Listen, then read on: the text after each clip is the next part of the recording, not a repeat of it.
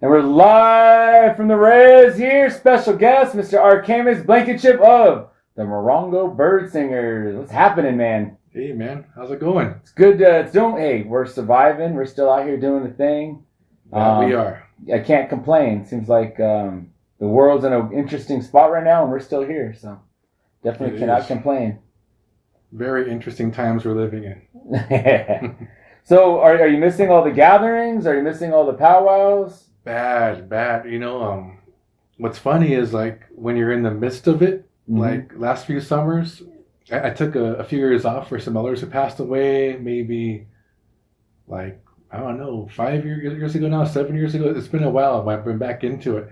But now, like, I've been back in the pattern every summer, every weekend, multiple times a week, singing here, singing there, visiting people, whatever. I guess I kind of got at a point where, you know, like, I looked forward to the breaks, but now during this time, no, like, I realized how much I took it for granted, being able to go out and sing and see everybody, see all the dancers. Like, now we sing like on Facebook Live, you know, whatever. Yeah. It's so not the same. Like, it's good to see like the guys, you know, be in the birdhouse, you know, like at least we do that still. But even now, like it all feels like if you're looking out there, it's your phone, right? It's a little camera. You know, it's not a gathering anymore. So yeah, no, it's better than nothing, but barely, you know, like. Absolutely. You know, that whole like virtual thing, you know, was like, I put one together early on, you know, remember we hit everybody up, and it was kind of like, I don't know what we're doing. It seemed like a good idea. We got to do something. Everyone's missing it. You know, I had people in some of the like kind of rural areas who really locked down already. And to be honest with you, I was like, it was an experiment. I wasn't married to the idea, but I was like, we had to do something. And then when it came down, and then, you know, a couple of days after, I was kind of like, well, it just wasn't the same. It wasn't the energy, you know, and you kind of know that going into it. It kind of took off after that, though. But right? I guess it was a cool idea because a lot of people followed suit and started doing their own virtual gatherings. Yeah, and they say imitation is the best form of flattery. Yeah, right? And hey, if it's getting people together, making, you know, some uplift for the people and making them feel good about it, I'm all for it. But yeah, I thought the same. It wasn't the same, you know. It's nice to, you know, sing to a packed audience. Hey. But no, it is like the energy, you know, just seeing people in person. And there's something special to that for sure. And that was kind of lacking, but it was cool to see people online and to hear their voice, to kind of check in too, make sure everyone is okay. Because it was kind of scary back in March, you know, it was kind of scary time where right when that, you know, you're seeing it on the news, you don't know what's going on, and you're just kind of, you're used to seeing everybody every weekend, and you don't know is their area okay? Are they being impacted yet? Are they scared? I don't know. It's just a whole interesting time. Plus, you're just sitting around doing nothing. Man, at first I was worried, like, are the traditions going to survive if this is a new reality, right? If this is just how it's going to be, because not all the traditions were in great shape even before, right? Like, like this could do some serious damage, right? Elders, you know, like if we lose anyone, you know how it is when you lose a single person, sure, everything falls apart. And like, so there's all that worry, you know, and for me, like the virtual gatherings were definitely like kind of, I guess it made me feel at least a little bit less worried in that way. Like, you know, like we can adapt, you know, we can change and adapt to the times and make at least some version of things survive, you know? Yeah, absolutely. Think back to like, we kind of take it for granted. I always feel like we take it for granted that you could just go to a gathering and hear the songs. They can be around it. That if you want to learn, you can jump in your car and drive over to a teacher the next res over. You can kind of, you know who these people are because you see them kind of being exposed. Totally. There's exposure. You know, you go to a gathering, you see these head singers. You can kind of ask around, know a little bit about who each one, you know, who they are, and generally your grandparents or older people in your family, they know those singers because they've been around a long time. They're established. But it reminded me of like a long time ago, the stories where it wasn't like that. People weren't so mobile. And so if you had a singer in your community, you had a good opportunity to maybe learn if they would let you learn. Because a lot of times people, you know, it was in their family, you know, they'd say, these are my family songs maybe or whatever. But it's like if you didn't have a singer in your community, your small community, you probably didn't hear songs very often or that much, you know. No. There had to be a couple generations where our people weren't as mobile as before. They weren't traveling as much. They were isolated. And if your community didn't have a singer, or that singer passed away and didn't leave it, there might be a whole generation where you didn't hear those songs. Easily. And so it kind of gets scary, like we're kind of getting back to that. But with technology, that's not going to happen, apparently. We can still kind of reach out. So, that was my thoughts. Plus, just all like the protocol, or at least, I don't know, protocol, whatever is overused, right? But, but things that had to be in place in order to sing, right? Like now, we sing everywhere. During the daytime, indoors, outdoors, at one time. It was just in those special places, right? Yeah. Special times. I like to sing morning songs right in the middle of the night.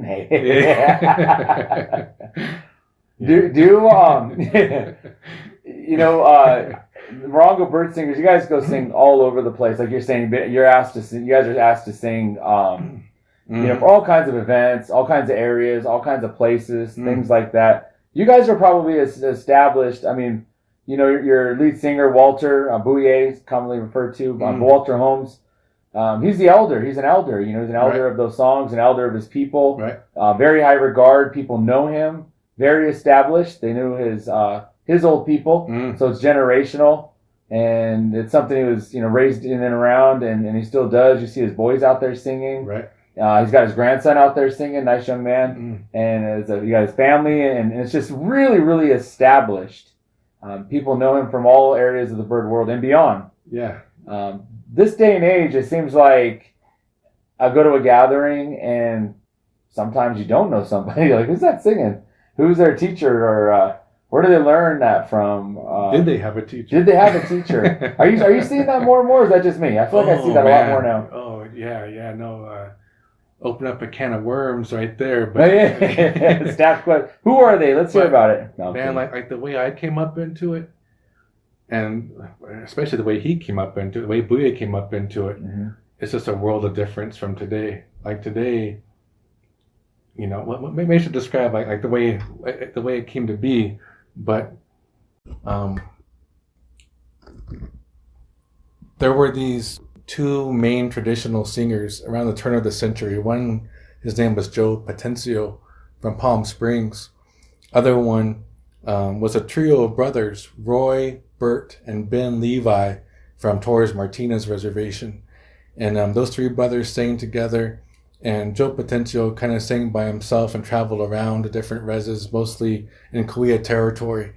And those were pretty much the last traditional singers. We call it a howanic, someone who causes the songs to be sung, causes the stories to be told, causes the language to be spoken.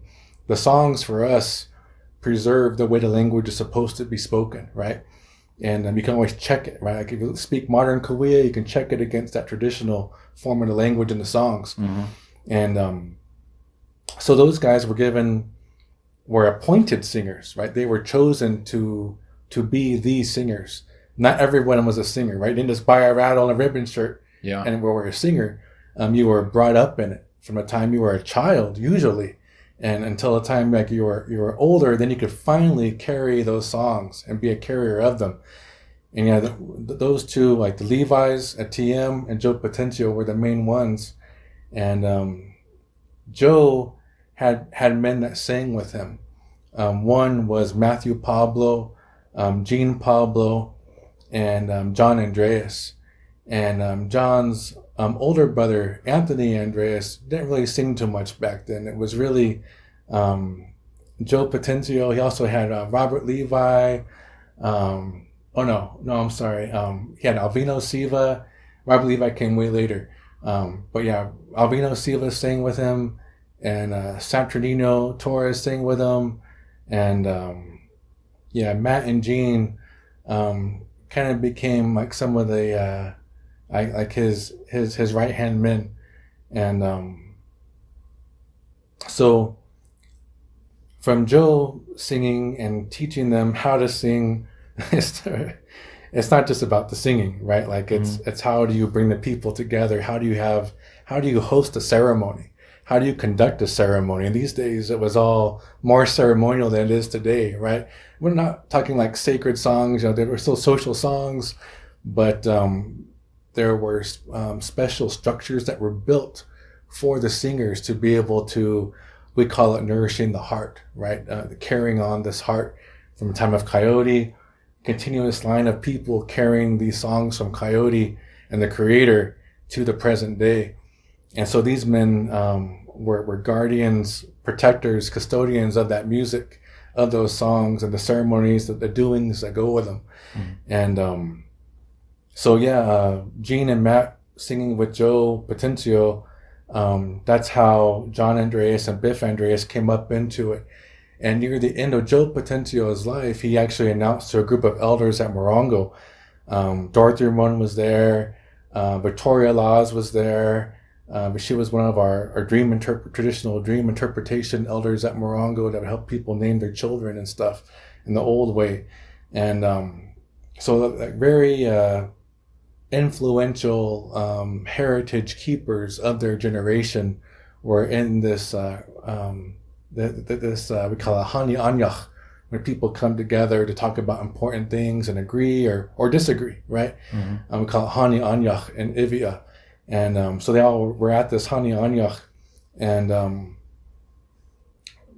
Biff wasn't there, but Joe announced to this group of elders that this young man, Anthony Andreas, would be the next one to carry the songs.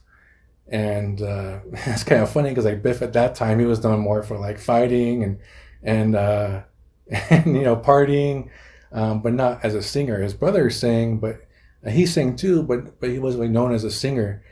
And Matt and Jean Pablo were there, and it was them that came over and told Biff, Anthony, that Joe picked you. Like, you're going to be the next one to carry on these songs for us, carry on songs for the people. And this was all in the mid-'70s. And around 1978, 1979, Biff starts to travel around. Matt and Gene had already been traveling around. I don't know if like your dad has stories about them, but they would come down here and sing. Yeah. And they were already traveling singers. And but Biff wasn't at that time until they kind of took especially Matt, kind of took Biff under his wing, and so Biff was leading, but with the help of Matt to kind of like show him what to do. But yeah, Biff was chosen to lead, and then they got a group together. Walter Holmes, one of the original members of that group, so he had already been singing. Matt and Jean Pablo are his uncles, right? So he already been singing from the time he was a little kid. And that probably sounds familiar to you, right? But singing from the time he was a little kid. His father was a singer, and like didn't go out and play with all the other kids as much because he had other obligations like to the tradition at home. And they put together a group. It was really kind of, at least for Cahuilla territory, it was really like the first bird singing group. Like before that, it was more just, there was a singer, a Howanick, who would go bring a rattle. There was just one person with a rattle. Everyone didn't have a rattle. Just the lead singer had a rattle. And people would follow and support that singer. And it really wasn't until Biff and Matt and Gene started that group, they call it the Cahuilla Bird Singers and Dancers. That's when you get the first really creation of what people understand as a bird singing group, at least as a Cahuilla bird singing group today. It all kind of follows the same template. Like every group that we see now follows that template that really Biff, I don't know if people even know that he created it, but he really invented a lot of how like the ribbon shirts and like he started all that. Like previous generation didn't all have matching ribbon shirts and matching rattles or even having a rattle, right? Just lead singer with a rattle. Matt and Gene both had rattles when they would go out and sing. That group with Biff Andreas, they get going 1978, 1979, traveling around.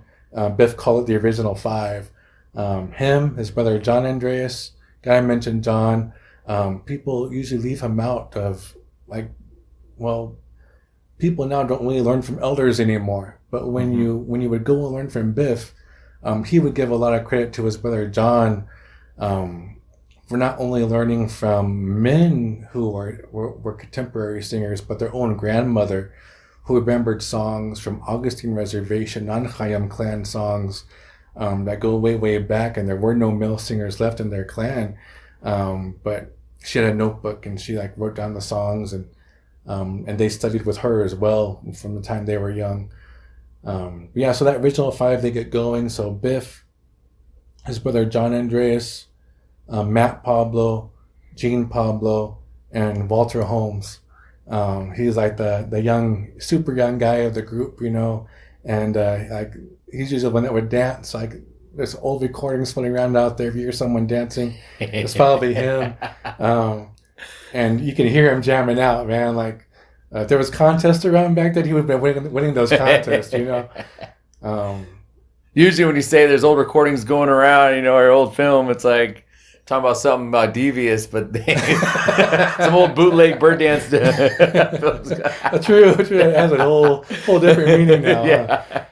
I don't know if those recordings are even going around too much because those are old times. Yeah, people couldn't afford technology back then. I imagine, you know. Yeah. I mean, it wasn't as ready as now. Now everyone's got a cell phone. Yeah, everyone's got the phones, internet. People just jumping on their YouTube and you know, you do see like this.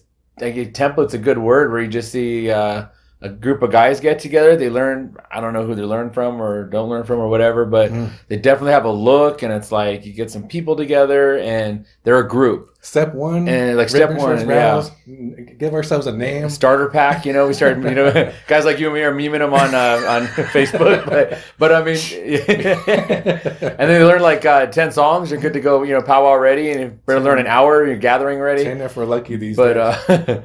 But people don't realize, because I've heard people say, "Oh man, it's so good to see so many people out there," and I agree. It's good. It's so good to see so many people appreciate the culture, want to have a taste of it, have a, you know, be involved, have an understanding, a little bit better understanding. Especially when you know, we look back and think, man, these things could have been, you know, wiped out, totally annihilated and gone. Right. So to see everybody have a pride in it too, not just a, you know, but a real pride. Right. This represents our culture, our region, our area, our tribes.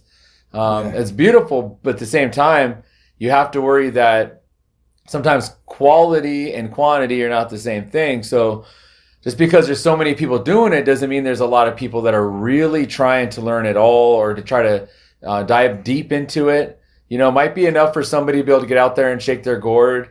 And that's good. They're proud. They're taking part in their culture. They're around it. They're appreciating it. But it, you know, that's a very different than a person who's going to learn a few songs. And the person to learn a few songs is very different than the person that's going to dedicate their life to trying to learn the whole cycle and meaning, and just really look at it as a lifestyle of lifelong learning, and to look at it like there's always more to learn, and to try to go search out, to humble themselves out. 'Cause I believe it's a humble thing, humility thing, to humble themselves out and go find a teacher, a person who is credible, who's been doing it, who knows it, comes from it, and to sit there and be help, you know, to be down our way. We'd always say if someone was learning, well, they're just learning, they're help. And there's nothing wrong with that. That was something that you should be proud to help somebody. Not at all. But now you start to sing right away, people want to be the lead, they want to be the head guy, they want to take on something that they don't even really truly understand what that means. Because I mean, there's a lot of responsibility to your people to take on that role, or and generally those roles were given to you. They were told that you had to do them. They were asked to do those things. You didn't just jump in those positions and say, I'm the guy, because that lacks all humility to do that. And so, you know, like, and it's just a role that it's hard for people to understand unless they've lived that life a little bit, to know that you want to take on that role.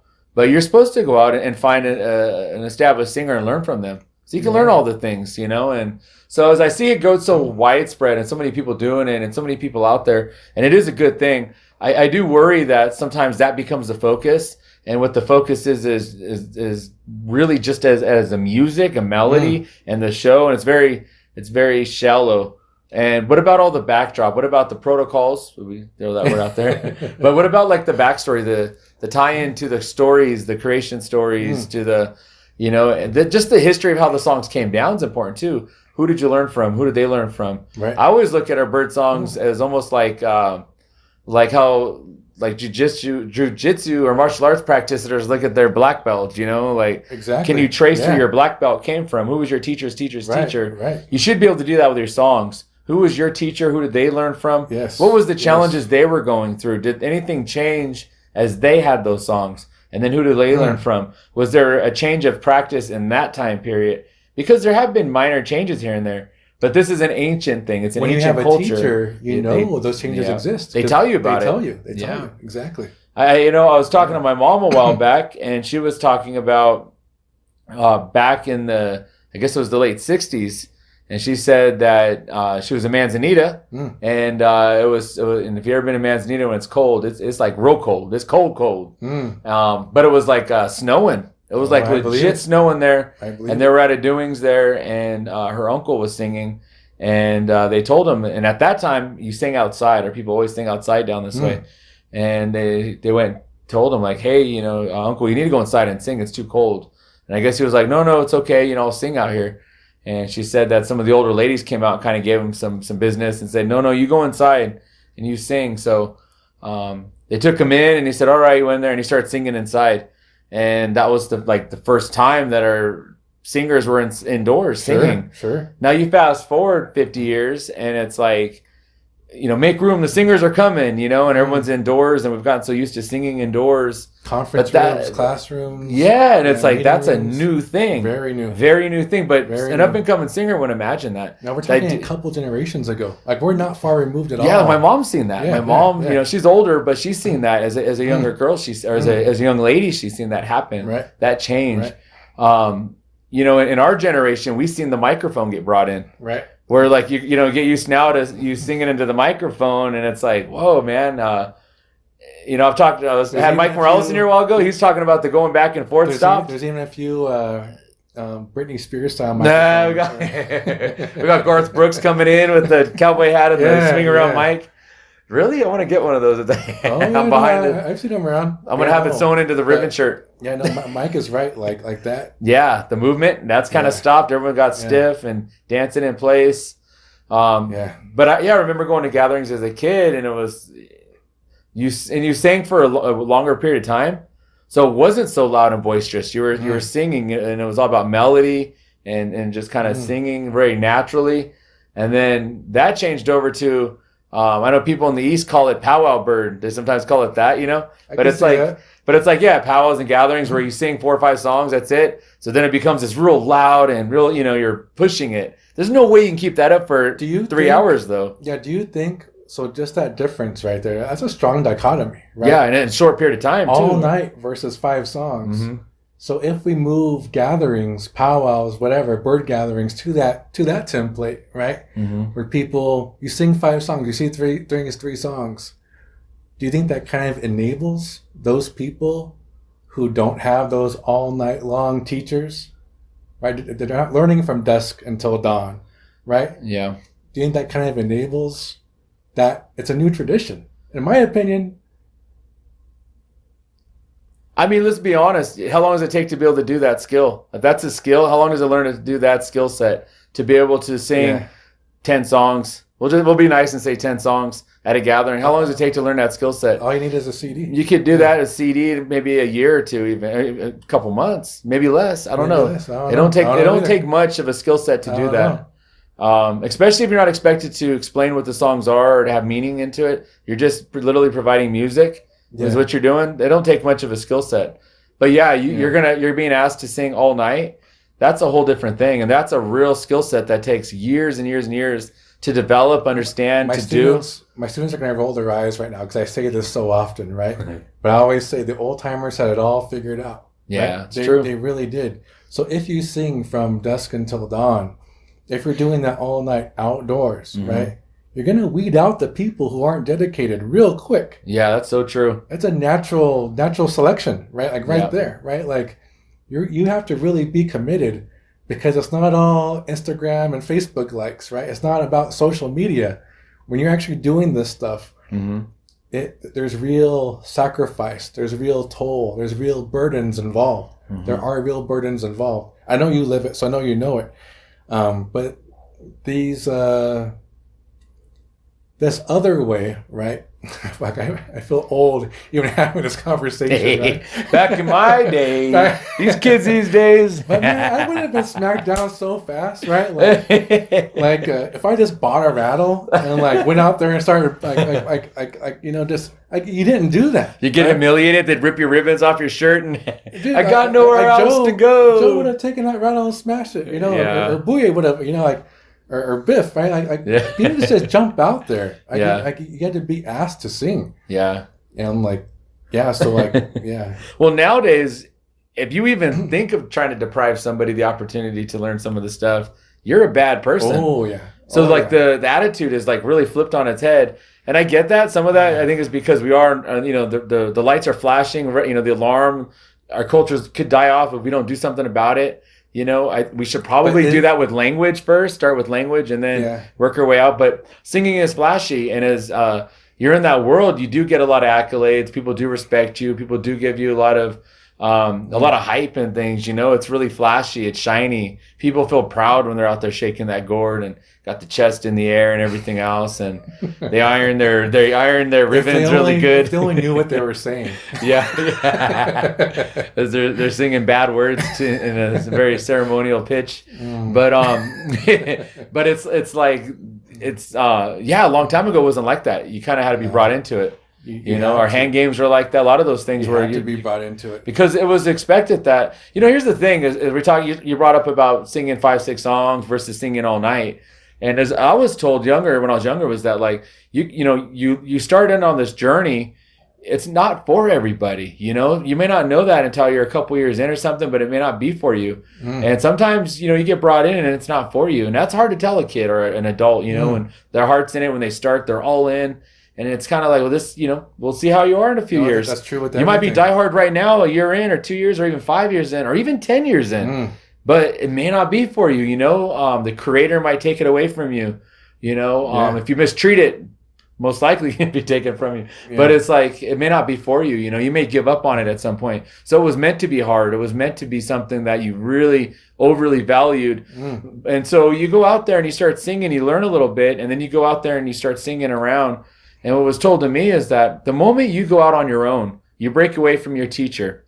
You know, your teacher is sharing with you. They're giving you a part of what is the most important to them. Because chances are they've dedicated their whole life to it, their whole energy. You know, a lot of times these guys are older. They're not feeling good, but they've put all their energy into this thing that, frankly, 30 years ago wasn't really appreciated like we do today. But they lived through that and they kept it going. And now they have it. This very guarded thing. It's the most sacred in their life. It's most singers look at that as more important than their wife, you know, and they put that before their families and that holding on to that, protecting that.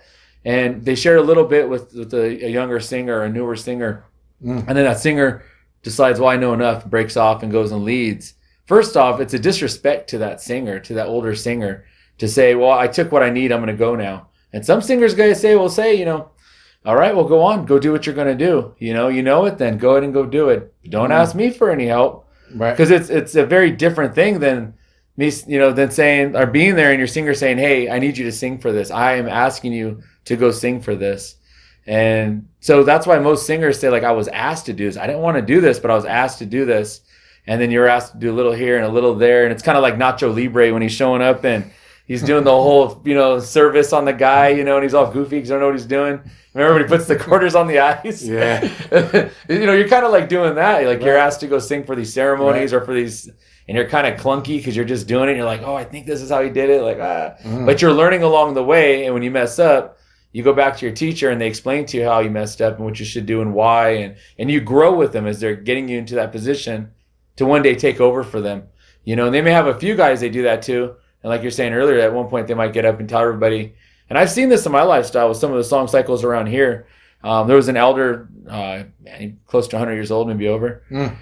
He'd come out from the east, and towards the end there, he would get up. He made the speech a bunch of times. He'd get up and he would just say, like, this is my student right here. And he was talking about my cousin, John Chrisman. And he'd say, this guy is going to take these songs that I sing. I remember I've given him it all. I've given it all. He's got it. You know, he's the guy. He's the guy that's going to sing these songs. And he said that, and you know, you hear it and you're like, okay, you know, like, but you're here, so, you know, you don't worry about it. Like, but you're you here. Respect that. You respect it, and what ends up happening is there's a time when that person's not there, and you go, wow, okay, well, he already told you what's going to be. Right. This is the guy who's taking those songs, that cycle. Whatever he is, he put into that man, and he's the one who carries it. And that's an old traditional way, and I've seen that. They had it all figured out. They had it all figured out. Even that. Yeah. And the one thing that I think people don't realize is like the old ways too is if you were out there, you're out there singing, I'm a lead, you're kind of advertising that you know it, you got it. So I know in our area, question, you better know the answer. You better know the answer. Or better yet, when someone comes and they're like, hey, we want, we like your singing. Let's just say this young person knows how to sing well. Good voice. We like your singing. Sure. Good voice, you carry yourself in a good way. I want you to come sing for my family for these things. And they're going through a hard time. Now that singer has to turn to that family and say, well, I only know 5 songs. I can't get that done. I need you to come sing for my family all night. Well, I really can't figure. I don't really know how to do that. I would be so embarrassed. It's false advertisement. It really is what it is. So, and it's not that person may not ever get there. That person can't get there. No, of course. It's just there's a time in which they have it and they don't have it. Right. So the humility of you has to just be like, I'm just learning. Ask my teacher. So. I don't know if people... Ask my teacher should be the response, I think. I don't know if people value the learning part so much. God, this is going to sound so mean, or like I'm just talking smack. I don't mean it that way at all. I think it's a culture shift, right? It's not just Indians, right? Like fucking Trump too, right? Like the whole like anti-intellectualism. They don't want to learn. They don't want to take years to study. They want to do actual research. They want to watch, a quack doctor on YouTube, right? It's the same thing here, right? Like there are people who no longer value the learning process itself. They want that instant gratification that comes with being in front of a microphone with a rattle in your hand, right in the middle of the line, with everybody looking at you and dancing in front of you, right? But they don't want to take that journey. And we overuse some of these terms, I know, but it really is a journey. It's a lifelong journey that. They don't want to do that. It's just a shortcut. And like you said earlier, right, that there's a lot of people singing now, and that's good. I don't know if it's completely good. Like in English, I would use the word good. Oh, it's good to see everybody out there singing and dancing. In Ivia, I couldn't use the word that we use for good because I know what that word entails. That word involves everything that we've just been talking about, that lifelong dedication to something and doing it for the right reasons and not just doing it to, for the attention part. I guess that's what it boils down to for me is you have the vast majority of people now, it feels like, maybe it's not the majority, but it feels like the majority are doing things for the attention and not for the knowledge. Right, the knowledge, it's there. They could be asking Walter right now. Right, they could be at Walter's house right now, bringing him some tobacco, asking what he needs, and learning. They're not. People that might assume that people are doing that. Let me tell you, they're not doing that. Yeah. Right? Instead, they're buying rattles or buying ribbon shirts, and starting up instant bird singing groups, and. I don't know if everyone can tell a difference. I feel like most people can't tell a difference anymore because it is those 5-minute little increments, 5-song increments. And when that's all it is, you can't tell a difference between an elder who has dedicated his entire life, from the time he was a small child to now he's an elder man, to this tradition, versus someone that knows 5 songs. It's hard to see the difference when the format of the gathering has changed to where it is just, you can just sing the top 5 songs. Just sing a few jams that stick in everybody's head. And it doesn't take practice to learn those songs, right? That they're catchier songs, right? The ones that everybody sings, they're catchier songs. Yeah. And we know, right, that there are songs where it takes a lot more study to get them right. The melody, the tempo, and not even just to mention like the things that you learn when you have an actual teacher, but how do you greet each other? How do you greet another singer? What do you do? Like, how do you even learn? Right? Like people now aren't even learning how to learn, and they don't even know like how to. Maybe they don't know how to approach elders. I don't know, but to me, this looks like a lack of effort. To me, this looks really lazy from like the way I came into it. I came into it in that way, right? Like so Walter singing with Biff and John and Matt and Gene, that tradition to where eventually we never thought he'd be like that's the one lead singer, right, for the area, right? It was when Biff was getting towards the end of his life, he couldn't go do those things anymore, right? Like he wasn't mobile enough to go, and even the rattle was heavy for him after his stroke. It was hard sometimes. And people don't know like everything that these men go through, women too, but people involved in the tradition, there are real sacrifices involved. Yeah, family time, wives, children, that lack of time that you spend with them, right? But medical sacrifices as well. And so Biff did all that. And he asked me to take over when he couldn't go around anymore, and he started going around.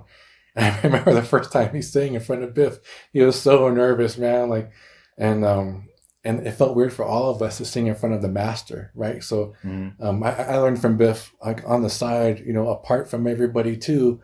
But the way it all came about was very organic. And so Walter started leading Cahuilla Bird for Morongo. And his dad, Joe Echenio, asked me to sing with him. And I was like a shy, like, no, like I was just like way too intimidated, like, no, it'd be good for you. Like, if you really want to sing, like, he'll be good for you. And like, he wanted us to, he knew I cared about him. He knew that I would help him stay on the straight and narrow and keep him away from some of those. That'd be a good influence. Good influence. And so that's how that came to be. I never jumped in and just assumed, like, I'm going to buy a rattle. And no, like, another elder, Alvino Siva, like, he helped me make my first rattle and told me I got to give it away. You got to give away your first one. And another elder, Biff, he taught me how to make the next rattle that I ended up keeping. And between that time, Joe gave me a rattle. Ernie Murillo gave me a rattle when, because I would cremate the rattle sometimes, but they would give you rattles and ask you if you could sing. And like I going through all that, right? And some of the best years of my life, right, my youth, right, was spent with these elders, and it's somewhat lonely. It's lonely for them. It's lonely for you, that learning and teaching process, and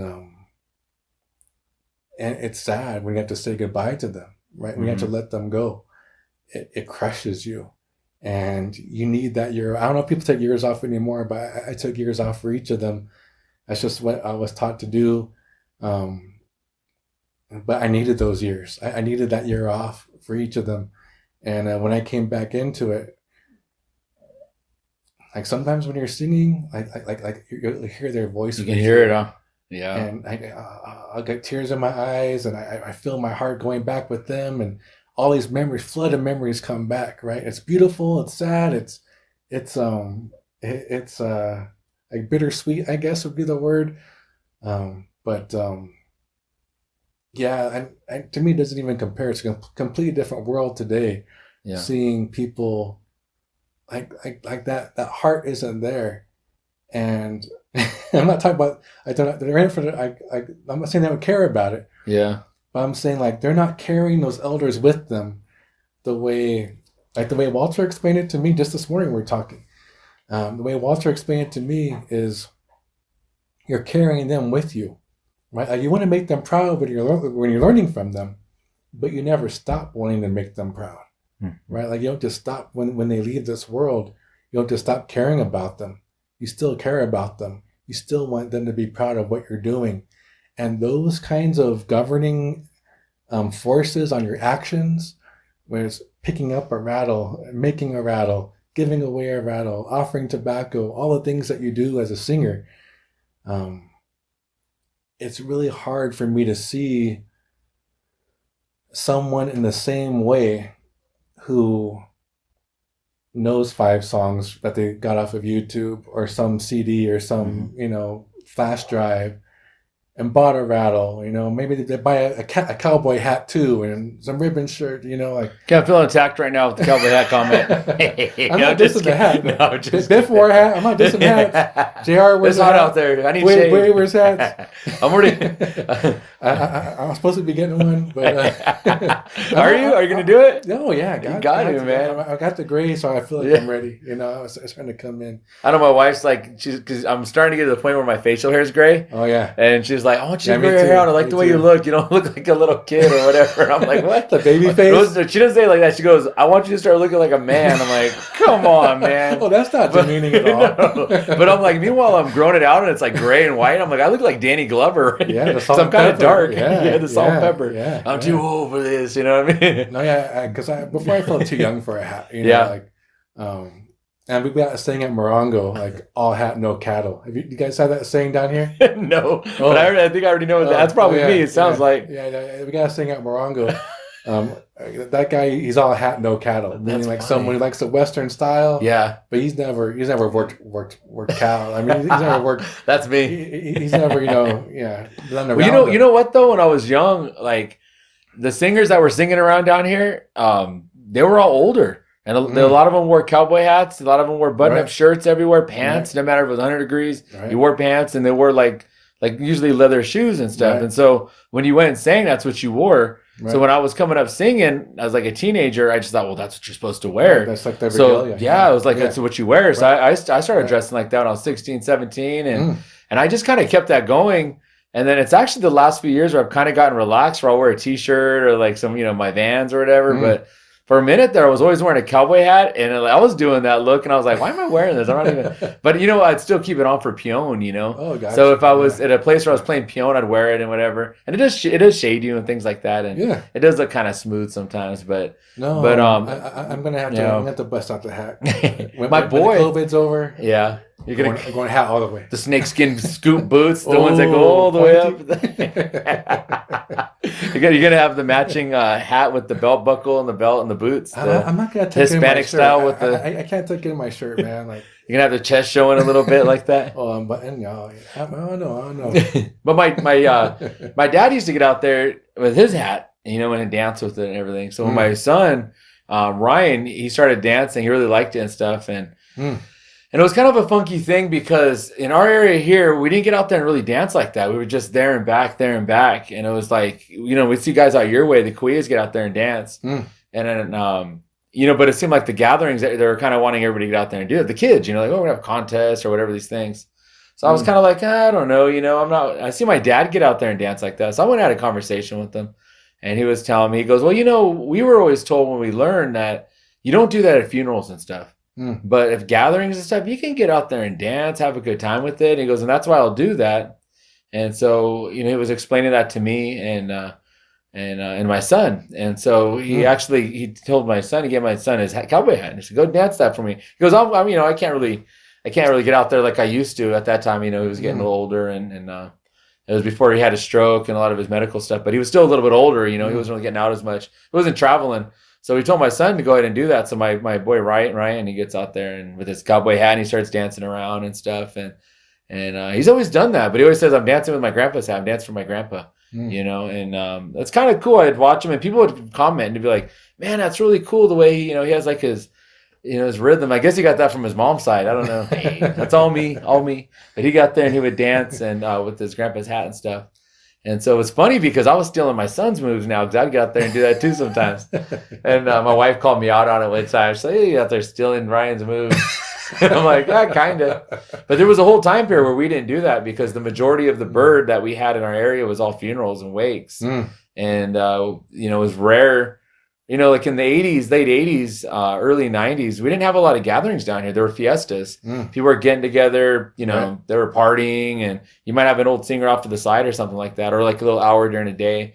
And it was like, it wasn't like now where singer gets up and everybody dances. There's a big long line. It was just a few people getting up to sing and a couple ladies to go dance, and then that would kind of be it. People would watch. Right. And it really wasn't a spot for the young kids to take part. So me, I would watch this stuff, or if my dad went sing, I'd go sing, with him and stuff. But it was generally like an older thing, and and it would be weird probably to get out there and really get down like that when there's just a few people out there. So when the gatherings came around and every res started popping up, having their own gathering, and the bird world started in our area started to really grow, and everybody's getting their kids out there, and there's youthful energy, and everyone's being part of it. It's just kind of the natural progression, just to kind of, I guess, dance a little bit more like that. Yeah, I agree. And I guess bring it back a little bit, you know. Also, I gotta say those Mojave women, right? Like, what are you gonna say about them? They'll make you feel real guilty not dancing when you see them out there, all ages, right? Like, I mean, it'll be 120. They're out there, full beads, full dresses, full scarves, and like, you're not gonna dance. Yeah, they're not slowing down. Like, no, you're good. Get out and dance. You're just like, yeah, I know what you mean. You know what I mean? 100%. And they're barefooted. I know. I'm like, man, pour some water on the ground. You're gonna burn your feet off. I smell bacon. No, Mike and I were talking about that the other day, about how, like, you didn't really see women out here dancing in our area. Yeah. Until, like, those women from the river started coming out and really getting down. Then that made our girls start to go out there and dance too. Yeah. I think our area also, you know, because when I was a kid, like, my mom would dance. You know, there was like older ladies that danced, but they've all passed on now. A lot of them have passed on now, and there wasn't really very many youth that danced. I remember Angel Largo out of Campo. She was like one of the few young ones that I would see out there dancing. And now she has kids. She lives out in the Phoenix area, but she danced. I remember she was around my age, and she was one of the young ones. And then, you know, like mid-90s, late 90s, you start to see like a whole group of girls. Like, they start to do youth groups or like youth culture camps and culture trainings, and you start to see girls come out of that. But like in the late 80s, early 90s, there wasn't very many young ladies, especially. There weren't very many out there, and just women in general. Just people would watch. They would just watch the ladies who did it. In our area, like, in that time, it would have been like Jenny Lyons has always been out there dancing. So it would have been Jenny, Biff's old group. So Biff's old group, he had a lot of dancers, the Chihuahua girls, and all of his daughters, Lala, Michelle, Sherry, all of them dancing. Cindy St. John at Morongo.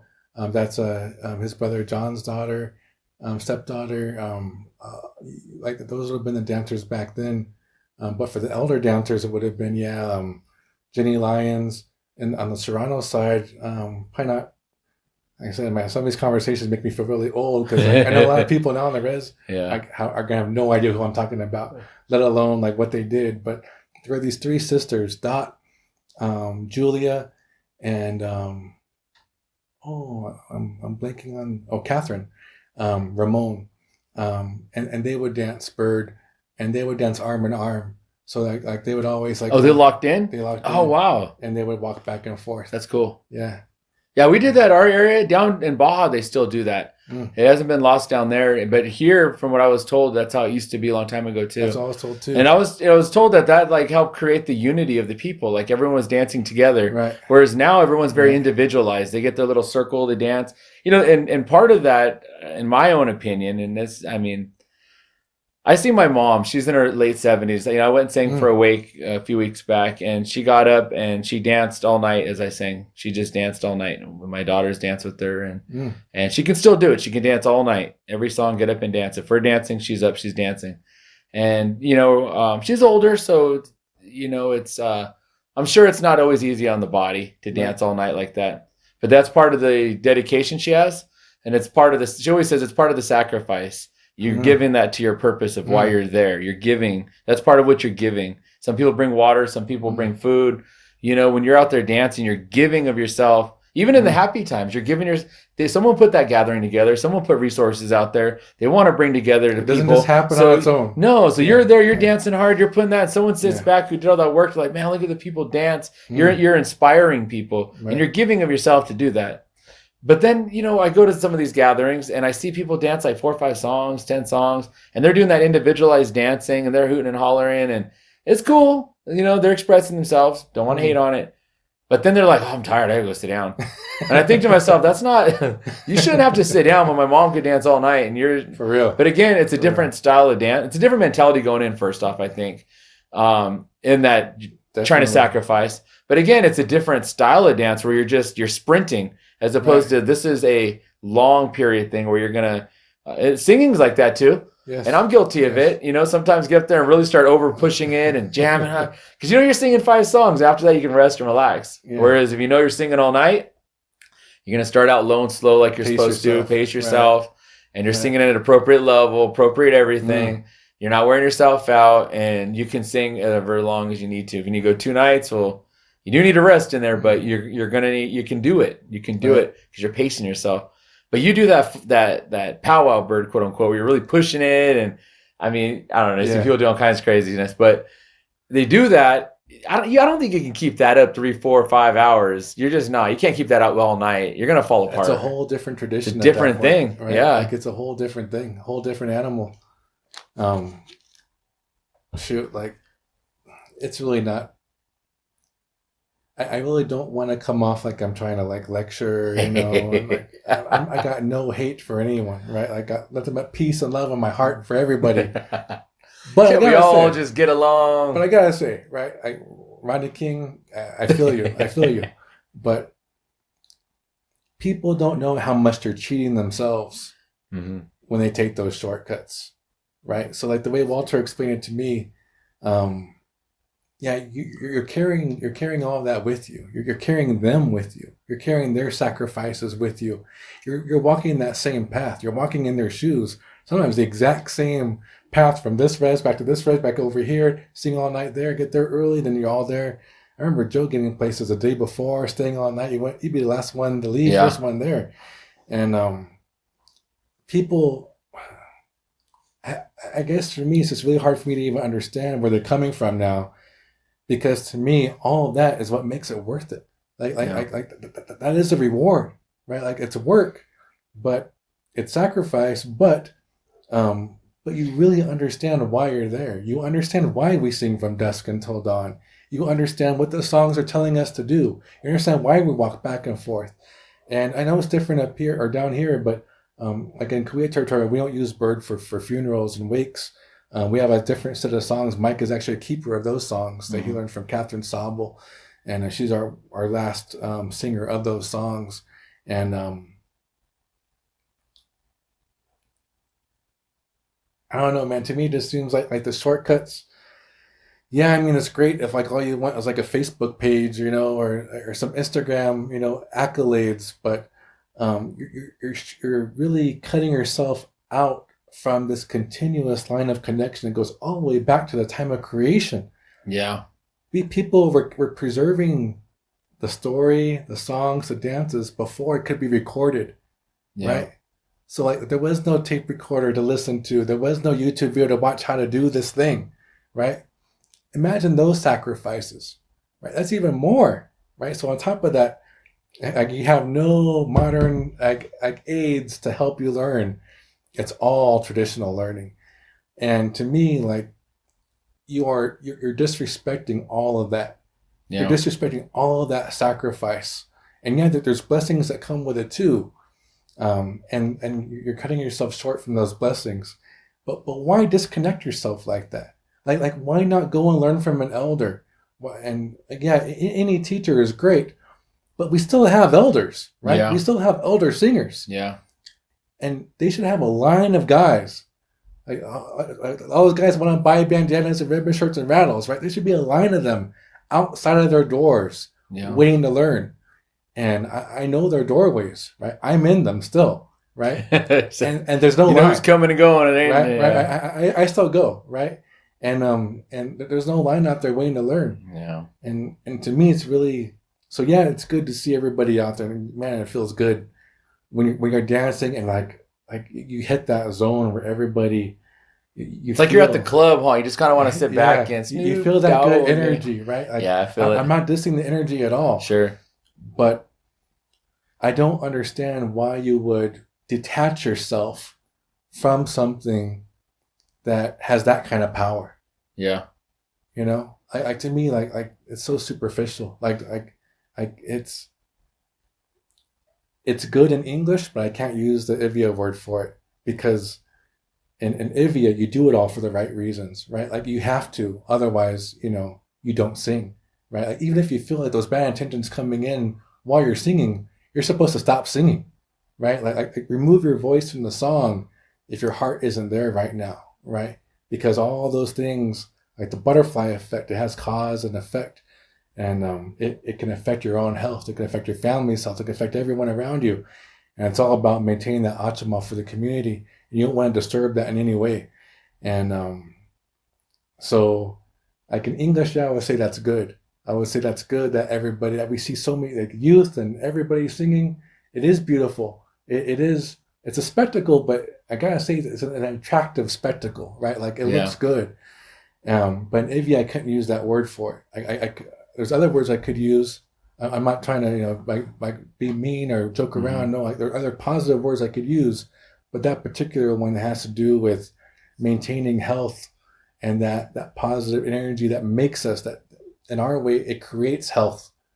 That's the source of health. I couldn't use that word for it because I know that some of these people are coming in a way that isn't, they're not doing what you're supposed to do is the only way I can put it. Yeah. Well, I think, there's like a part of the process, like if you really love bird or you're really about it, because I think people come in, they're like all about it. Like I was saying, the first year or 2 years, 3 years in, even 10 years in, they think they've been in it so long, they think they know what it is. And what they don't realize is people put their whole life into this generationally and put all of that knowledge, understanding, experience into another person, a younger singer person. And then they've also done that, and they've done that generationally, so that when you go under the wing of an old person, a person that's done it for a generation or who's learned from someone who's done it for generations, even if they themselves started later in life, if they take under the wing of someone who has that experience, they're getting all of that put into them. And it's some of that's spiritual, some of that's intellectual, some of it's philosophical, even just the physical mechanics of how to do it. All of that stuff's getting put in. And it's, man, like you have to experience that a little bit to understand the beauty of it, to really love. It's like falling in love with someone, but you don't really know them. You just like the way they look. That's a great way to put it. You know the way they look, and you're like, damn. Looks good. Is this Cardi B's other sister? What is this? But it's like the reality is it's like, do you know their history? Do you know like their inner emotions? Do you know what they're like when they're tired? Do you know what they're like when they're cranky? Are they half crazy? But no, I mean for real, like, you have to really love the bird a little bit. And part of the bird, the bird isn't just the songs and it's not just the dance. It's like the history of how it got to you, both in creation times to now, but also the last couple generations. Part of the bird is the process. You have to be in love with the process. And I think what you're talking about is kind of what I'm always talking about. Again, we're sounding old right now, but but is the process. You love the process because it gives it an extra meaning. Yeah, well, you said it gives it meaning. You said it earlier talking about your mom dancing. You said the word purpose. Yeah, that's a word that Biff would use a lot. I used to go and bring him tobacco, talk. We sit, we smoke, and for him, so the difference between, again, sound really old to people, I know, but in his generation, singers were appointed. He was the last one appointed in that traditional way. He was the last one, the last living man. Even to this day, who was appointed in that old way, you're going to be the keeper of these songs. The last one at a Hanyanya where people, elders came together and said, this is who we need to do it. He was the last one chosen.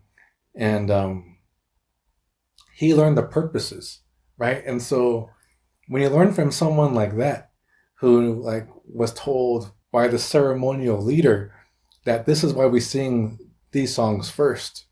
This is why we sing these songs. This is the story. This is the journey, right? That you're taking in the songs, right?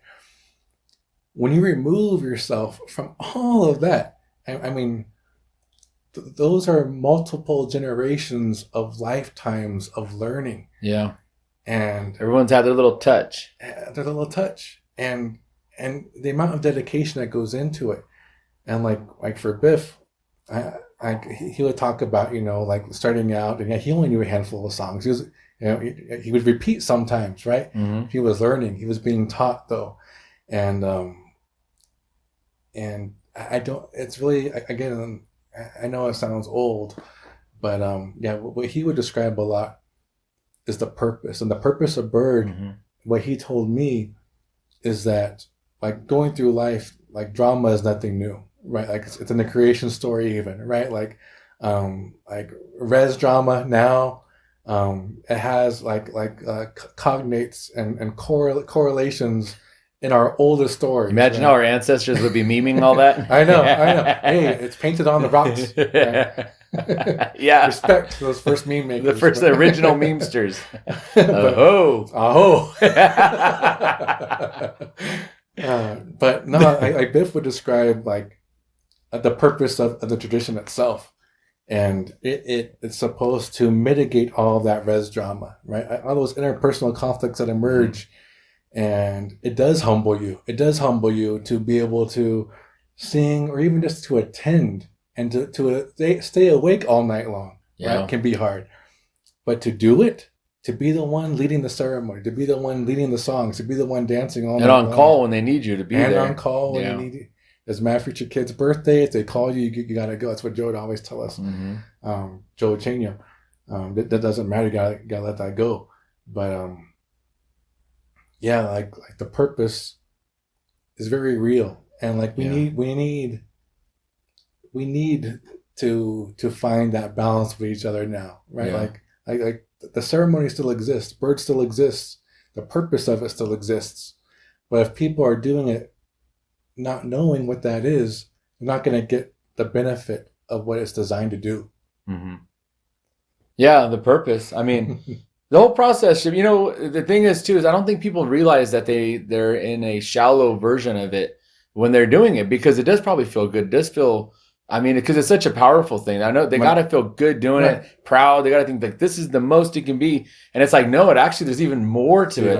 It's even more to it. Even more powerful. There's sometimes I hear songs and I can hear it in my ears. And I think you said earlier where you can hear it out of somebody out, like an old person who's gone now. You remember the way they sing, and you can hear it, and you can hear it in your ear. You can hear their voice, and you remember jokes they had with them, or time you sat with them, or just hearing the way they sing. And it's the thing is about elder singers is we get like where we take them for granted, where you just assume they're always going to be there. So if you have a 5-hour bird session time, and all these young singers want to sing and show off, and that's cool. They want to out there a little bit, but it's like you have an elder singer there. You should really give them as much time as you can, because you don't know how long that singer has. And it's an opportunity to hear that voice, and you're not going to get a lot of time to hear that. I think about that sometimes. I'm young, and, I'll give up my time, or I'll share time. I have no problem with doing that. Or if there's another singer there, I'll say, go ahead and sing, I'll sit down, because I think of myself as young. I think I have a lot of years to sing these songs still, and to progress. I would rather listen to an older singer. Because I don't know how long they're going to be around, and I value listening to them. Sure. Because once they're gone, they're gone. We've had older singers in our area that are gone now that I grew up with. They're singers that came out of the desert. I can still hear them sing certain songs, and it's a beautiful thing, and that makes that song so much more powerful. Touches my heart. I feel good, and I'm so thankful that I had the opportunity to hear them sing that song. So thankful to be able to sing with them, to see that the little mannerisms, the way they dress, the way they carry themselves, little stories, things that I seen them do that I was like, man, I can't believe. One time, may he rest in peace, but the late Leroy Elliott, one of our head singers here, our head singer here out this way, he was towards the end and he wasn't feeling good. But we lost one of our elders here in our community. So we were down there singing, and it was, I don't know, 10, 11 o'clock, somewhere around there time. And he was in the hospital, and I think he might have had a heart attack. He had some kind of issue where he needed to be in the hospital. Well, he shows up, and we're like, whoa, what are you doing here? And, he came and he came to sing. He signed himself out of the hospital. And what he told us was, he said, this lady here, I told her I would sing for her. If anything ever happened to her, I would sing for her. And she expected that. And he said, so I was going to do anything I could to come and sing for her. So he did. He came and sang a set, sang a little bit there. And then he had to go again, obviously, because he really needed to be in the hospital. Yeah, but he had to come and give of himself like that. And you see things like that, and you go, that's so powerful, to give of yourself like that. And has so much meaning to him, and I think about that sometimes. I think about my dad, who's had heart problems, for years. And back when when I was a younger guy, you know, he'd be like, oh, take over the song because he was having a hard time, you know, physically. So I would lead the song from there. And then times he was good. And I just think of all these times, you know, just like thankful that I was there in those moments. It gives me extra pride and purpose beyond just that I like the way the song sounds, or beyond it feels good representing your culture, or connecting with your guys in the group, or seeing the dancers out there. Right. All of that's beautiful. It's all great. But those connections you have, to look back and be like, yeah, I sang with those guys, you know, to hear some of the younger singers like out in the desert and to think like, man, I remember their teacher. I remember their teacher singing, and man, look at them. They're doing it. They're keeping it going. Yeah. They look strong. They sound good. And to see them teaching and to think like it's continuing, like that's a very beautiful thing. It's powerful. It adds so much to it. And if you have an opportunity at that, we know because we've experienced it. We've seen the beauty of that. Again, we love Bird because we've been all up in it, you know, I mean, and around it. That'll sound good the way I compare it, but when we've been around it, you know what I'm saying? It is like a marriage. I mean, yeah, it's a very. But we know that it's all beautiful, all parts of it. Right. And you can appreciate that. Right. And so we see somebody coming in very shallow or just the very surface of it. It's really hard to understand that. No, there's so much more you could get out of it and have so much more purpose, meaning. And sometimes they're being disrespectful without even knowing it. Yeah, because they didn't have that teacher, right? Like, yeah, the protocol is broken. Right. And it would be such a simple lesson for them to learn if they just took the time. Yeah. So moral of the story, kids, go out there, find a teacher if you want to learn Bird. You know, right now is an important time because there is a resurgence of our culture. You know, it's a time where we're bringing things back. We have the opportunity to bring things back. You know, we're not, you know, it's not being whipped out of us right now. We're not getting killed doing these things. If anything, you know, the outside world is really clapping for us loud when we do these things.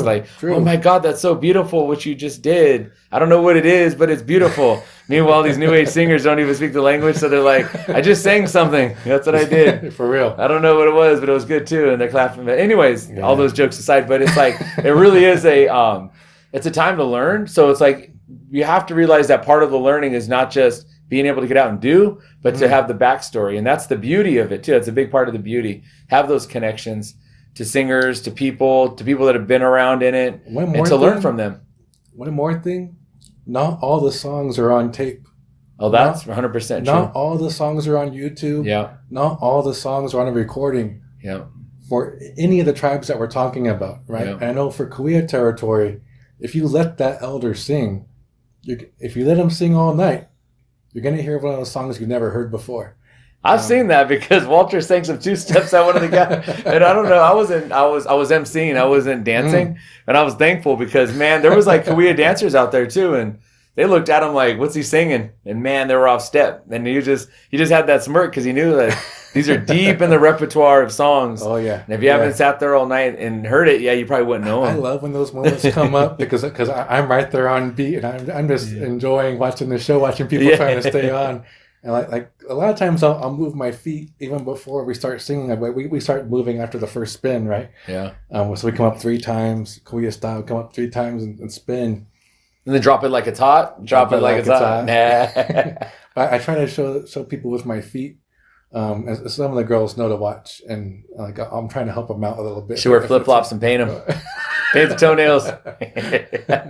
I should spice up my feet a little bit. The sacred 4 colors, the directional colors. They'll be like, I'm looking at his feet. They're all groomed up. Yeah, our girls from Morongo, though, I gotta say, they used to come to our practices. Like Walter would have practices at the rec, and we go out there. It was like on Wednesday nights or Thursday nights. I can't remember. It's like 10, 20 years ago now, right? When we used to do this. But they were all real young back then. And they learned some of those hard songs, you know? So like now, like they'll be right there on beat. Yeah, the top 20. You know what's funny is I was actually watching a contest a while back and, pre-COVID days. But they were singing some 2-step Cahuilla songs. And a couple of people are off step, and I remember thinking, like, man, these guys are weak. They should know those songs. Even you know. Yeah, because I was like, I know them. Yeah, I feel the same way with guys' songs. Yeah, it's like we go around, hear each other sing so much, how do they not know that? It's their own songs. Yeah. I know, I feel the same way sometimes. And a lot of the new people, oh God, I'm already going to offend half the people watching. But a lot of people who are... Meanwhile, new if you haven't been there for 10, 20 years. Yeah. I mean, Well, you know what's funny is I have some videos of and I made them into DVDs, and they've been sitting they've been sitting in my office for years, but it's of like it's like Morongo Powwow 97, 98, 99, 2001, like around that area. Cool. That's cool. That era, and it's so different to see the change from then to now. Sure. Because first off, like it's like men's contest, there's like 3 people out there. Yeah. Or women's contest, 18 or whatever. It's like there's like 5 women. Like all together, there may have been like 40 people there all together. Yeah, nowadays, it's like men's contest. There's like 40 dudes out there. Yeah. And they're hooting and hollering. Some guys screaming. I think they did a war cry. I heard a scream. Ah! Someone just, stage dove into the crowd. You're talking about. No. Hey! That Mountain Cahuilla now. But, so you like, it's just grown so much. But then the thing that to me, I look back at those old videos, because I was randomly watching, I was showing my kids, like when all this COVID stuff started, we're sitting at home, like, let's watch some of these old videos, And you could see the style so clear back then. The different, dancing styles between the women, the way they dress, the men, the where they're from, their style of singing.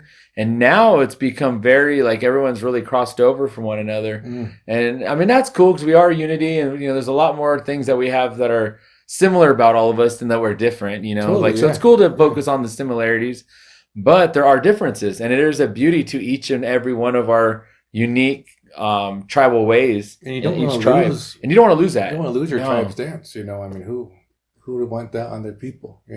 Because if so, we're gonna have to recreate it, and I'm gonna make a breakdance in there somewhere. Now the one some robot. Yeah, the robot bird.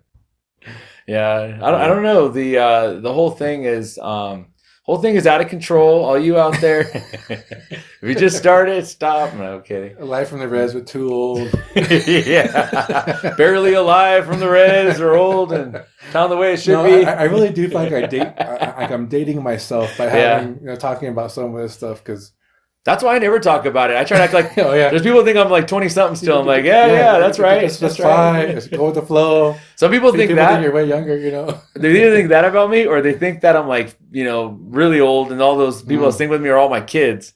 I was in India this last November, and someone's like, "Man, these are all your kids?" A lot of kids. And I just straight faced. I looked at him, I was like, "Yeah, they're all mine." Meanwhile, like my cousin standing next to me, and he's like 5 years older than me. Yeah. Well, and I'm like, it was Boogie. Yeah, Boogie. And I'm like, this guy's my cousin. But I was like, this guy's my son. I was like, he's not older than me.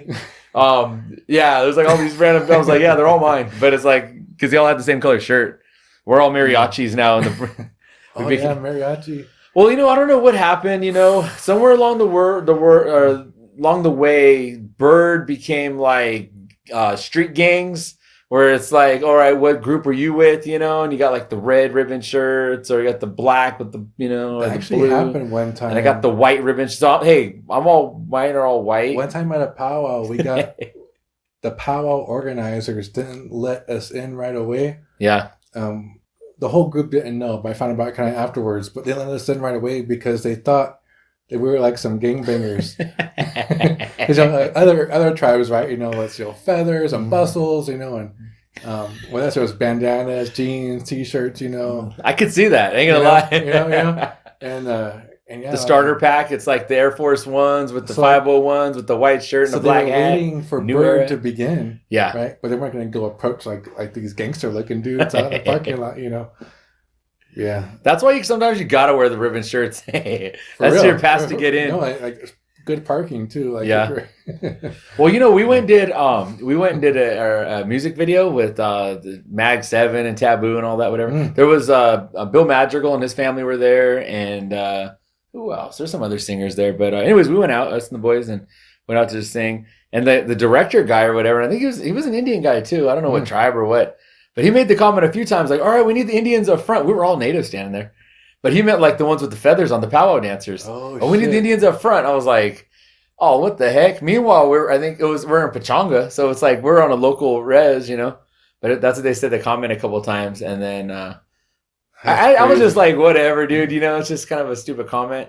But then some of the girls got upset. They're like, "That's messed up." And we're like, "All right, we better say something." So especially a couple of us said something to the director. Like, first off, we're all native, and blah blah. Kind of a little quick breakdown history. And they were like, they felt bad about it, But It was just in their mind. They just thought like, oh, I see the feathers. Like that's the Indian. Well, it really These is. gang member looking dudes that look like cholos. You know what I mean? Totally. Meanwhile, the bird singers over there all lynched down, making, it's like, get up, man. Playing the part. You're playing the part. It looks like it looks like when they took the picture on Blood In, Blood Out, Oh, yeah. They're all sitting there just doing the thing. Well, plus, I mean, so like you deal with that, but. Got Machete in the background with the gourd. Yeah. No. Oh, fucking Machete would be badass out there. But we have been orientalized to a high degree, right? Like Hollywood stereotypes and all that, and even powwow culture stereotypes.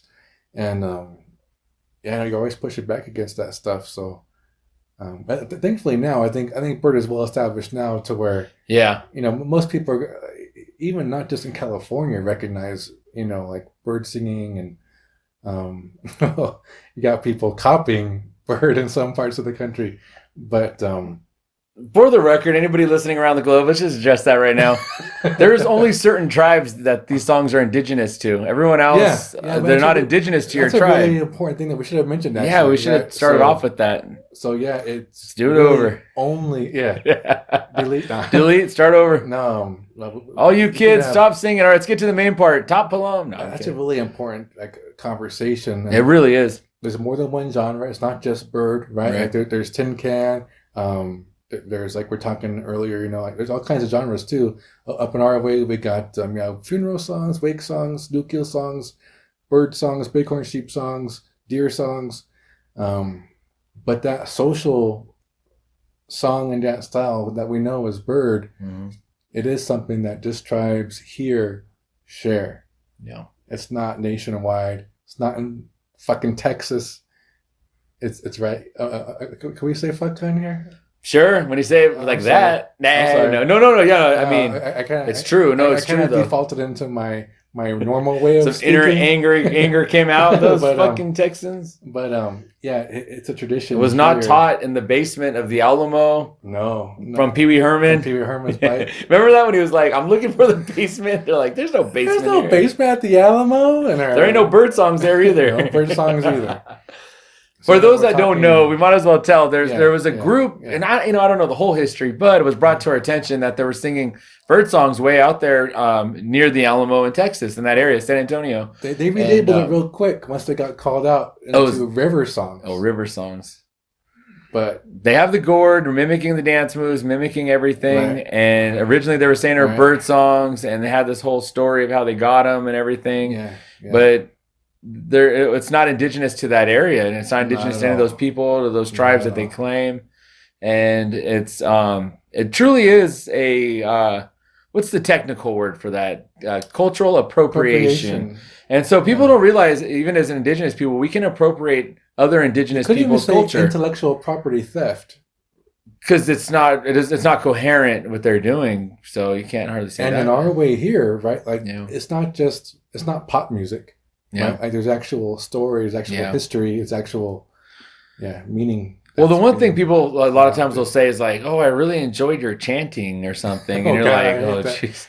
But it's like, no. These are words. They're in our language. They have meaning, and it's actually very deep. And you just get into a conversation, and no one wants to hear that. They just like, "Oh, okay, well, sorry, thank you. It was great, beautiful." Bye. I remember getting into that one time with a powwow dude, and I used to do powwow too. Not disrespecting that tradition. Love powwow music too.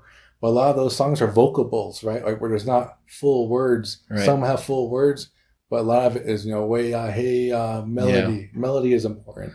Yeah. But here, like melody is in the song, lots of melody, but there's no song that exists that isn't telling a part of a story, right? It's all communication, very understandable communication if you know the language, but it's not just melody. It's not just chanting. It's not grunting.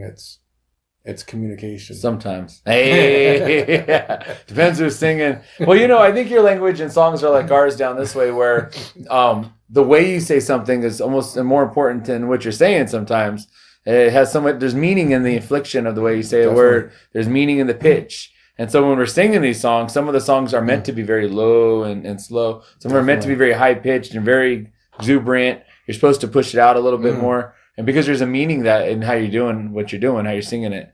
So, the melody is important. I always describe it as when you watch a movie.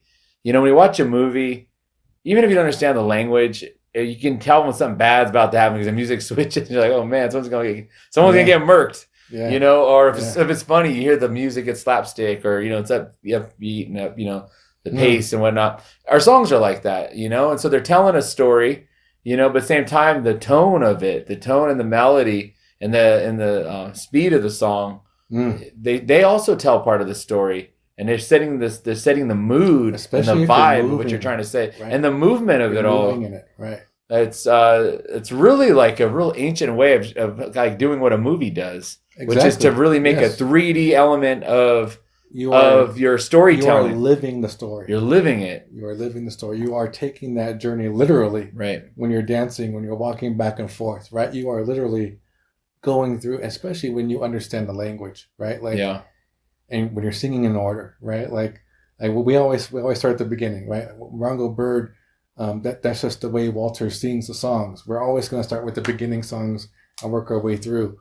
And I really like that because you can understand the story that's being told. When you jump around, skip around, it doesn't make any sense anymore. Yeah.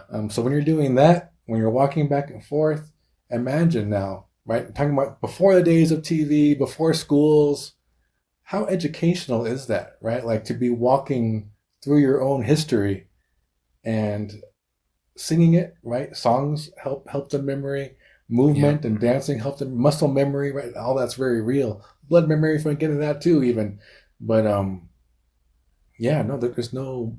They talk about language immersion, right? There's no deeper immersion to learn something, any subject, right? If it was math being described in the songs, there'll be a bunch of mathematicians out here, right?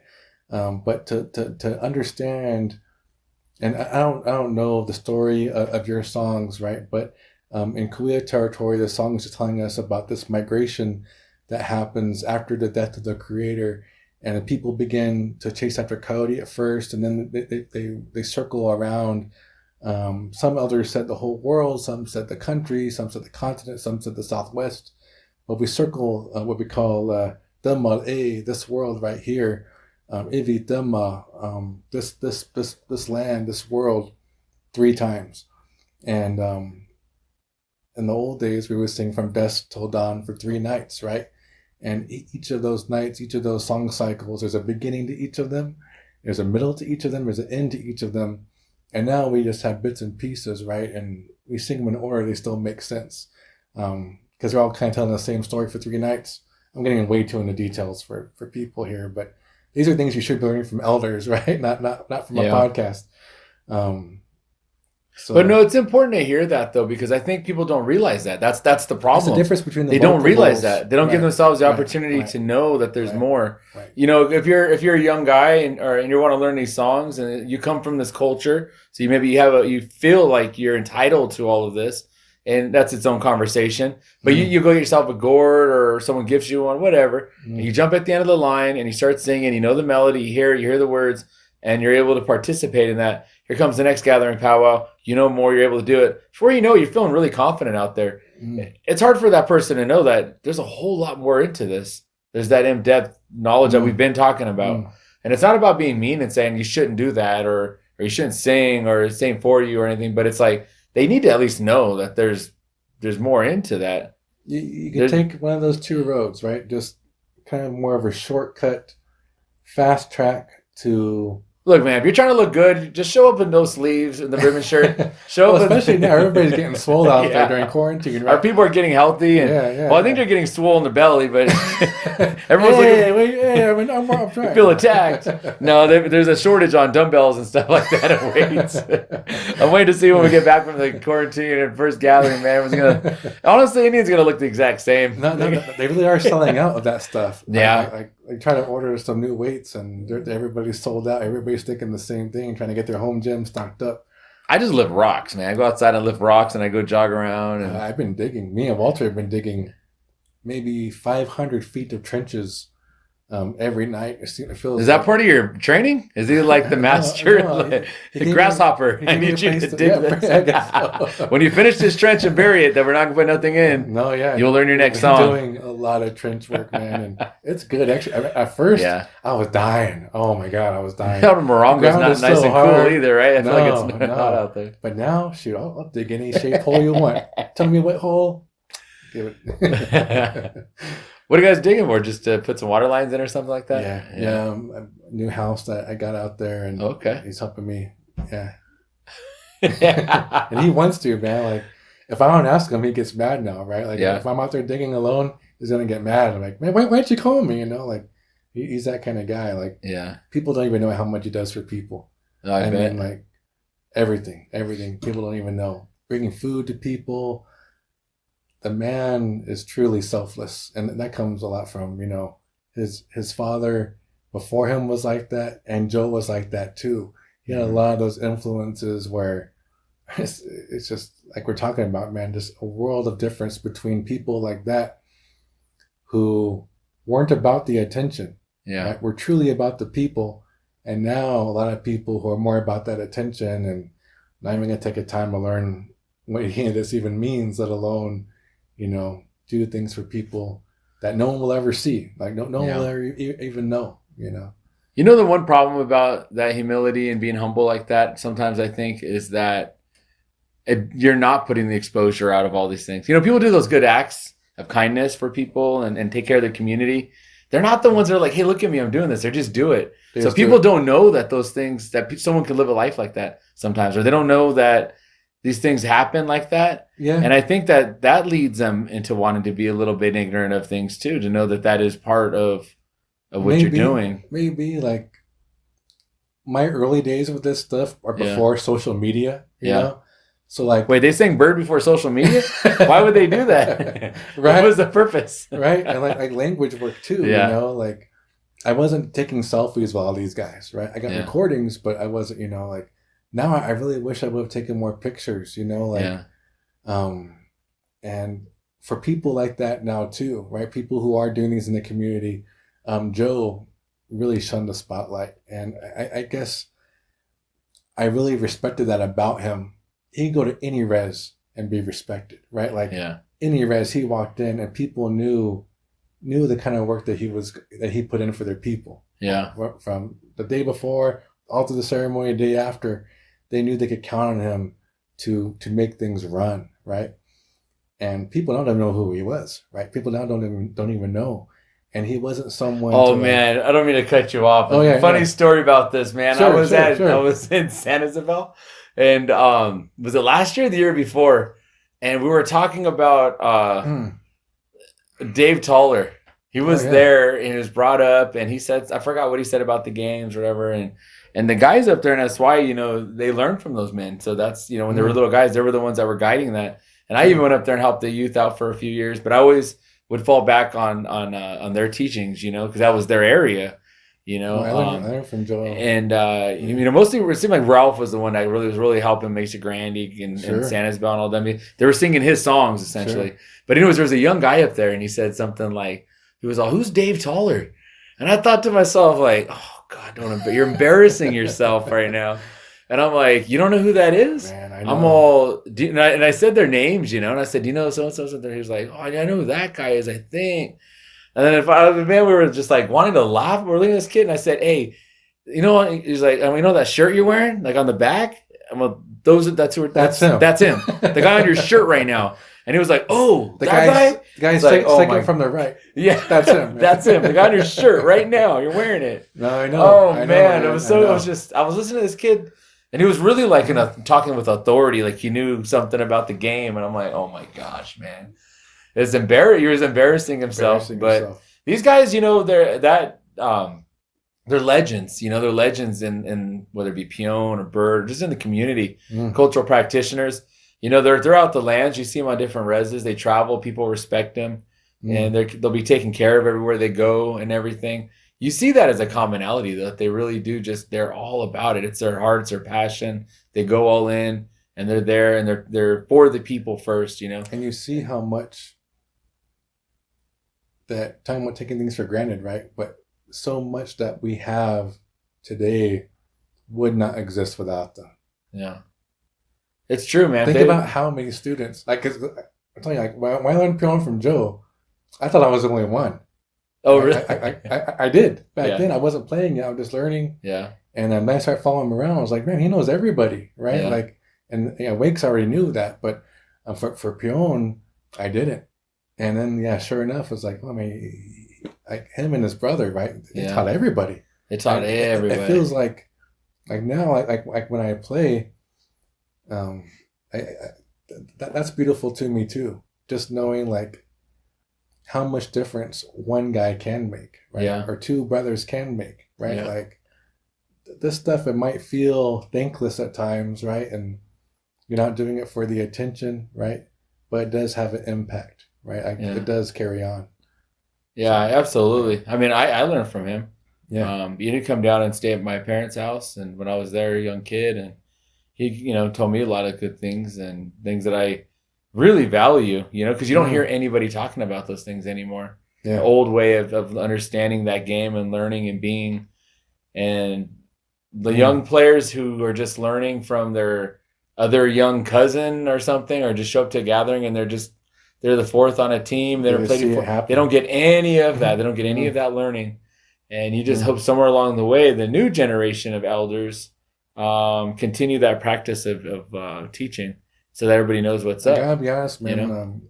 I'm not sharing that stuff anymore. Like the things that they taught me, like with people who also learn from them, it's like really cool to talk about and like like because but I've had some instances now with teaching. It's been on the language side.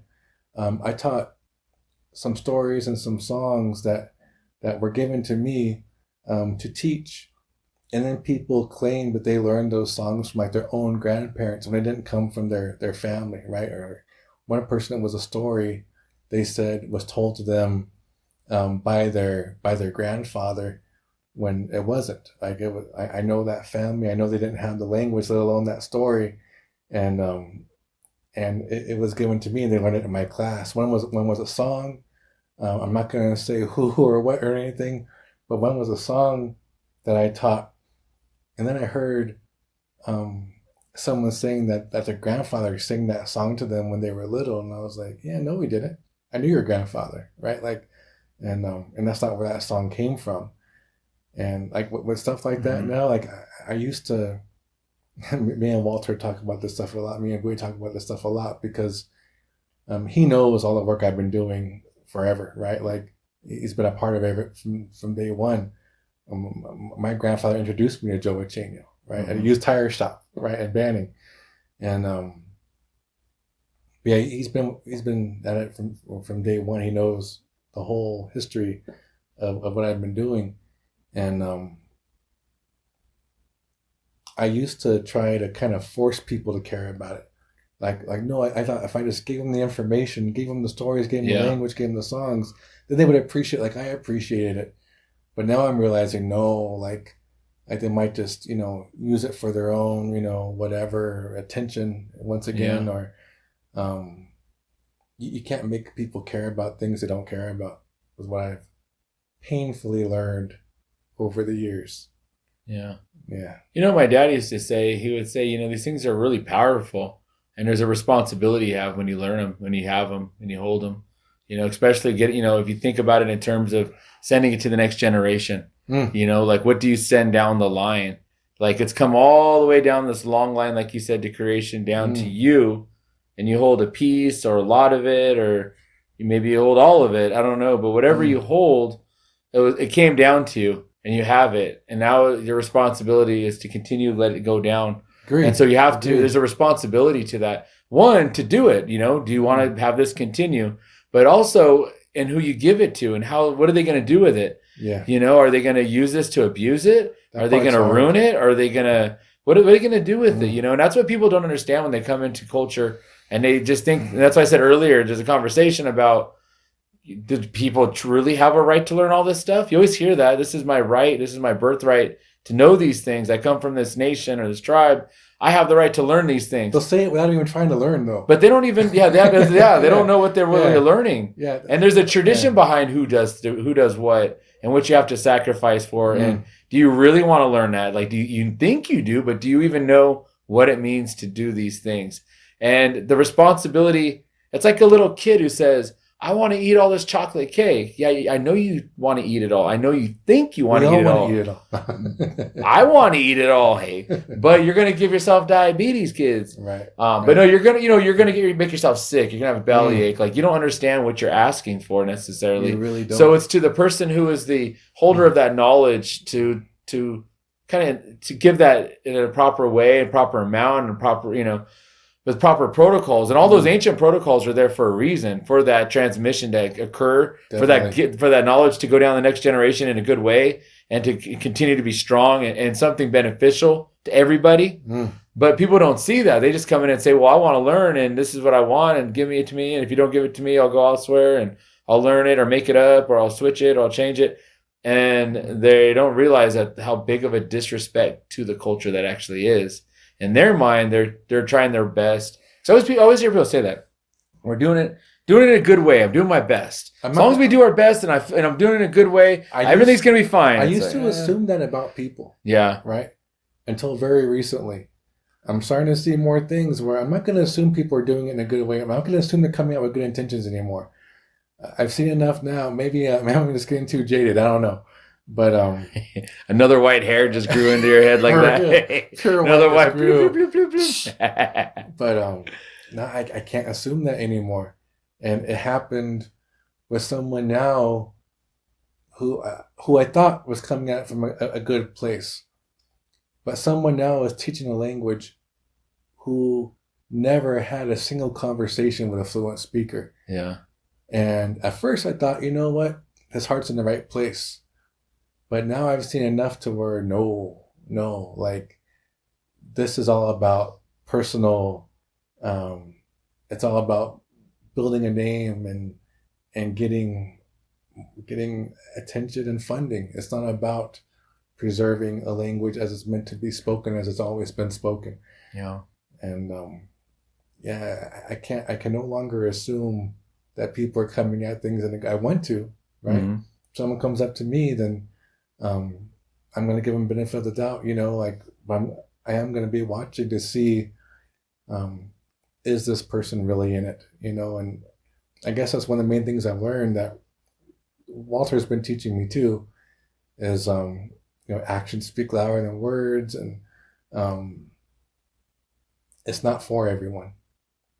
We know it's not, right? We know that even when you're in it, sometimes you feel like it's not for you, right? Mm-hmm. Sometimes you want to take a break. You want to just, why am I doing all this? Like it's too much. And I can no longer assume. I used to be really naive, and I thought that everybody would care about. They just had the truth, then they would care about that truth. Mm-hmm. But I've seen too many people now like accept things that they know are false, that they know are lies, and all of that. People don't understand how detrimental that is to the tradition itself, and how that damages that connection from student to teacher to elder, all the way back to that time of creation that we're talking about. People don't understand that when you tolerate nonsense and not just inaccuracies, but full on made up stuff, you're replacing that truth that people gave up so much for. Boarding schools, abuse. One of my language teachers was locked in the closet at school every time he spoke the language, right? And he even go to like one of the main boarding schools, right? He was locked in the closet every time he spoke Cahuilla. And eventually, he didn't have to go to school anymore. But people being looked down upon, and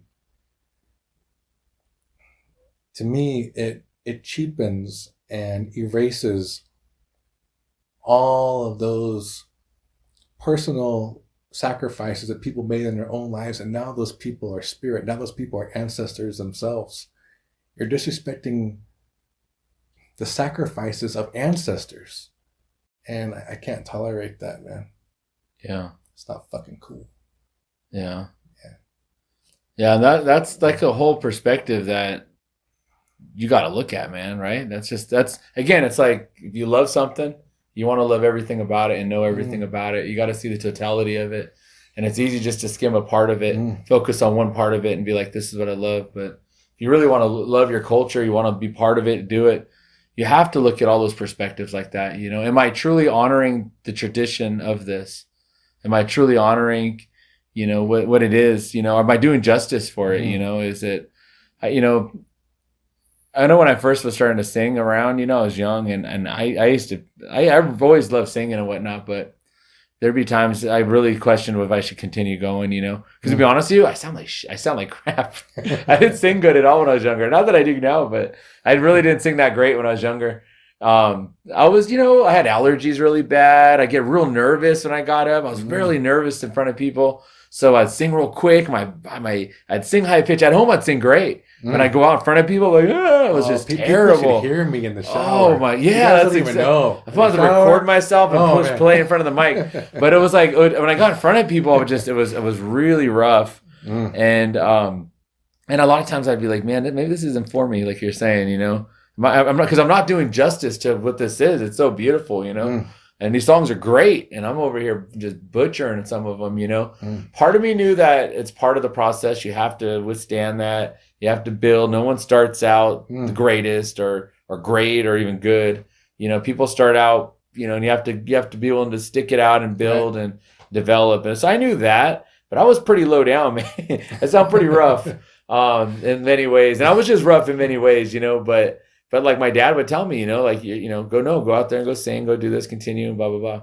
And it gave me purpose and meaning. So I just had to trust his guidance on that, you know, and his guidance in different things that I did. I remember the first time I went and sang for an all-night wake. I was, you know, they asked me to do it, and I went and talked to my dad. He said, well, they asked you to do it, you can do it, go do it. And I was like, oh man, I don't know, you know. There's other singers, I'd rather them ask them, but they were in another wake. There was 2 in one area, in our area down here. So I remember went to see my dad, and he just told me, he goes, you know, you've been doing this your whole life, like this, you know, you put the work in, you've done the time, like go do what you're asked to do it. You may not might mess up, may not be perfect, but go do it. Right. It's time for you to do that and to kind of man up, or I don't know, whatever you want to call it. You know, you have to do what you're kind of with all that effort you put into it. Do it now. It's time to do it. And so I went and I did, and I sang in front of and there were some singers there, my dad being one, and I used to hate singing in front of my dad. I used to hate singing in front of the late Leroy, or, you know, some of these guys, and just because you're just embarrassed, you know, like, God, I know I'm messing this up. I know. I don't speak the language like these guys, you know. I don't. I'm not worthy. And I just felt that way all night, you know. But at the same time, I went through the night okay. I got through it, you know. And looking back, you know, I could do a lot better now, obviously.